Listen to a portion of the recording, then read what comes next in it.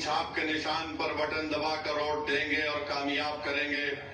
तो आप ये बात, मेरा पैगाम लेकर जाइए कि बीजेपी के विधायक के दौर में और एनडीए की हुकूमत के दौर में, नीतीश कुमार के दौर में, मोदी के दौर में जो यहाँ पर भ्रष्टाचार और रिश्वत को आम कर दिया गया है।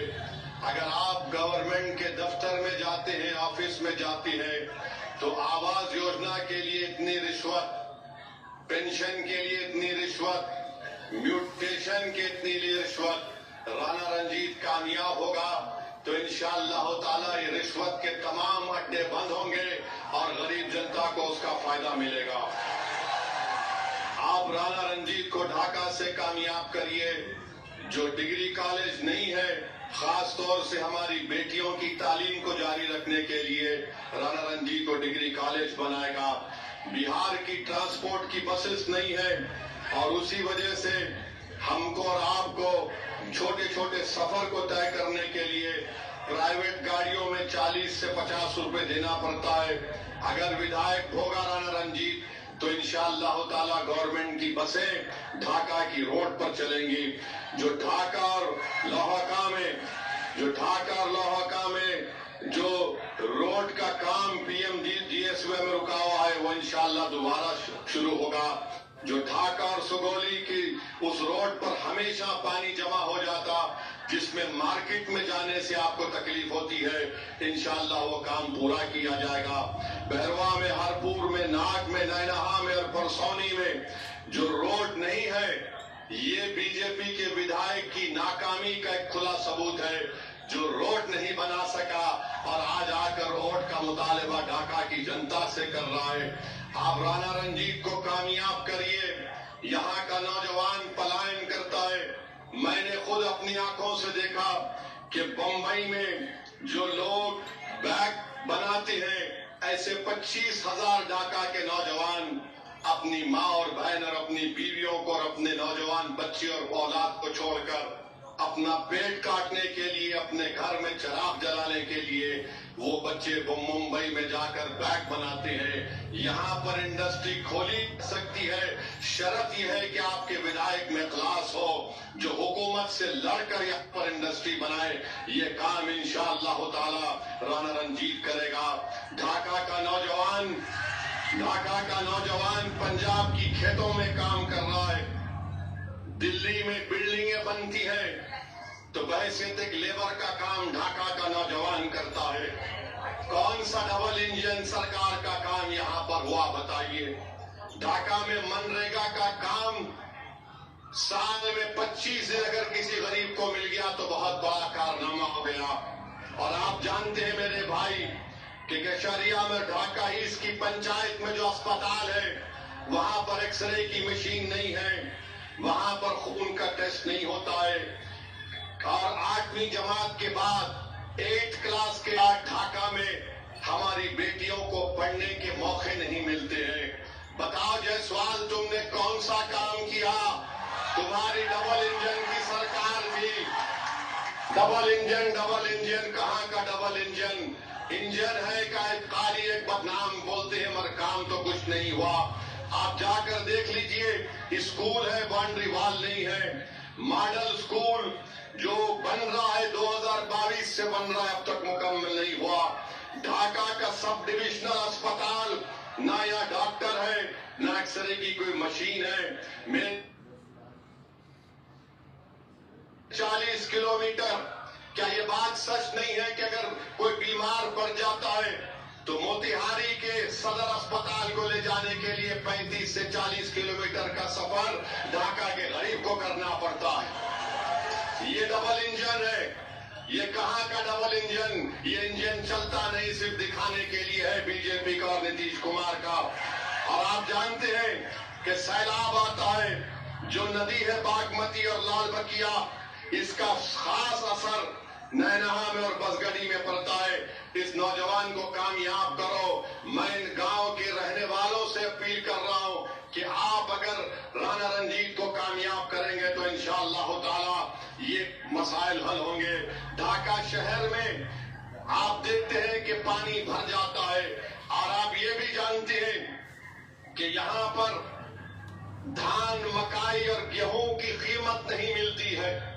ये कैसा देश का प्रधानमंत्री है, ये कैसा बिहार का मुख्यमंत्री है जो बिहार की जनता को झूठ पे झूठ बोला जा रहा है।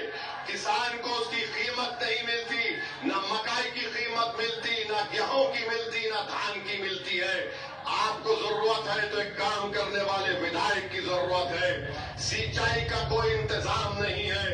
डीजल ट्यूबवेल की वजह इस्तेमाल करने की वजह से किसान को बड़ी तकलीफ हो जाती है, उसके मुनाफे में कमी आ जाती है। क्या इस विधायक ने यहां पर किसानों के लिए कोई कोल्ड स्टोरेज का इंतजाम किया? जोर से बोलिए, इंतजाम किया? अल्लाह करे कि उसकी कान में आपकी नहीं की आवाज सुनाई दे दे। आप बताइए, बीजेपी और जेडीयू बार बार कहते हैं कि हमने ऐसा कर दिया। अरे ये तमाम यहां पर ढाका विधानसभा में कुछ काम नहीं हुआ, बल्कि आप देखते हैं कि एक मंसूबाबंद तरीके से ढाका विधानसभा को कमजोर कर दिया गया। तो हम उम्मीद करते हैं आपसे कि आप 11 तारीख के दिन अपने के वोट का इस्तेमाल करेंगे। दूसरी तरफ एक और पार्टी है, इंडिया अलायंस, अपने आप को गठबंधन कहते हैं। अब गठबंधन की हकीकत ये है कि जो हमारे वीआईपी पार्टी के लोग हैं, अभी इलेक्शन शुरू नहीं हुआ तो उनके जिम्मेदार ने कह दिया कि बिहार में हमारा मल्ला समाज की आबादी 3% है और हमारा उप मुख्यमंत्री होगा। मैं आपसे पूछना चाहता हूं, अगर मल्ला समाज जो 3% की आबादी है और वो तेजस्वी के बाजू बैठकर कहता है कि हम उप मुख्यमंत्री होंगे, मैं ढाका की आवाम को और बिहार की जनता को और खास तौर से वो 17% अल्पसंख्यक समाज को एक पैगाम दे रहा हूं। 3% है और उनकी ताकत को देखो आप, उनके सियासी शऊर से सबक हासिल करो आप, और उनकी बहादुरी को देखो कि 3% और कह रहे हैं कि अगर हमारी सरकार बनेगी तो उप मुख्यमंत्री हमारा होगा। बताओ, आप 17% है, अगर मल्ला का बेटा उप मुख्यमंत्री बन सकता तो क्या आदम का बेटा मुख्यमंत्री नहीं बन सकता? हमको जवाब दो आप। अगर मल्ला का बेटा उप मुख्यमंत्री बन सकता तो क्या मोहम्मद का बेटा नहीं बन सकता मुख्यमंत्री? मेरे भाई, फैसला आपको करना है। 17% है, 3% है और 14% है। 14% है तेजस्वी और आप देते हैं टिकट उनको कितना? 14 है तो 36% टिकट दिया। जो 17% है उनको क्या दिया? उनको लॉलीपॉप दिया और बोला कि बेटा चूसते रहना। तुम 14% और 36% तुम, और हमको बोल रहे दरी बिछाओ, दरी बिछाओ, दरी बिछाओ। हमारी बात क्या है कि हम हिस्सा चाहते हैं, बराबरी चाहते हैं। हम किसी के जर खरीद गुलाम नहीं है। तुमने आज जंजीरें तोड़ दी है।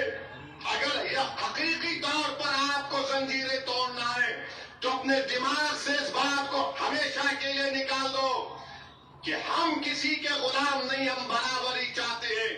अगर आप अपने दिमाग से इस बात को निकाल देंगे हमेशा के लिए तो याद रखिए, आप और हमसे इंसाफ होगा, बिहार तरक्की की राह पर जाएगा। अरे जो लोग बार बार एमवाई बोलते हैं, अरे बताओ कौन है? 15 साल लालू परिवार के लोग मुख्यमंत्री रहे, 20 साल से नीतीश कुमार मुख्यमंत्री हैं, 2 मर्तबा तेजस्वी उप मुख्यमंत्री बन गए। अरे हम पूछना चाहते हैं कि आखिर हमारा रोल क्या है? मजलिस आपको कह रही है कि राणा रंजीत हमारा बेटा, हमारा भाई है। आप राणा रंजीत को वोट भी डालेंगे और वोट भी रंजीत को, क्या आप इन तमाम की बत्ती करेंगे? तो बत्ती गुल करने का तरीका यह है कि पतंग छाप पर बटन दबाइए, बटन दबाइए। और ये लोग हमको हम पर उंगलियां उठाते हैं, हमको गाली देते हैं और बोलते हैं ओवैसी भड़काऊ भाषण देता है, ओवैसी वोट काटने के लिए आया। तो सुनो, 17% अल्पसंख्यक समाज बिहार के तुम्हारी तबाही और बर्बादी की दास्तान को तुम्हारे सामने बयान कर रहा हूं। क्या तुम जानते हो कि मुसलमान महिला 90% मुसलमान महिला अपने घर में मजबूर हो जाती है अपने बच्चे औलाद को जन्म देने के लिए। कहां गया तुम्हारा विकास? ये मैं नहीं कह रहा हूं, बिहार सरकार का डेटा कह रहा है, बिहार सरकार का डेटा कह रहा है। 28% लोग बिहार के पलायन करके चले जाते हैं, जिसकी वजह से बिहार के 30 से 50% घर अपने बेटे से, अपने बाप से, अपनी औलाद से, शौहर से महरूम हो जाते हैं। ये विकास है? ये तुम्हारा डबल इंजन की सरकार है? क्या 28% लोग बिहार के अपना पेट पालने के लिए, अपनी औलाद को पढ़ाने के लिए, अपनी बहनों की शादी कराने के लिए घर बार छोड़ के चले जाते, और देश के प्रधानमंत्री आकर कितना बकते हैं, कितना बोले जाते हैं। मेरे अजीज दोस्तों और बुजुर्गों, मैं आपको बताना चाह रहा हूं कि बिहार में नीतीश कुमार की 20 साल की सरकार और 15 साल की राजद की लालू परिवार की सरकार, वो पहला जंगल राज था, ये दूसरा जंगल राज चल रहा है। इन दोनों जंगल राज से बिहार को छुटकारा दिलाना है। क्या आप इस जंगल राज को खत्म करेंगे? अगर आप जंगल राज को खत्म करने का इरादा कर लिए तो यकीन जानिए बिहार अपनी तरक्की की ऊंचाइयों तक पहुंच जाएगा। और ये जो हमारे तेजस्वी के साथ जो लोग हैं, बार बार हमको निशाना बनाते हैं, अरे मेरे भाई, जब 3% उप मुख्यमंत्री बन रहा है तो तुम क्या कर रहे हो वहां पर बैठकर? तुम सिवाय खव्वाली के कुछ नहीं कर सकते वहां पर तेजस्वी के दरबार में। बताओ क्या हासिल करोगे तुम? क्या हासिल करोगे? कितनों को टिकट मिलता है? 17% है।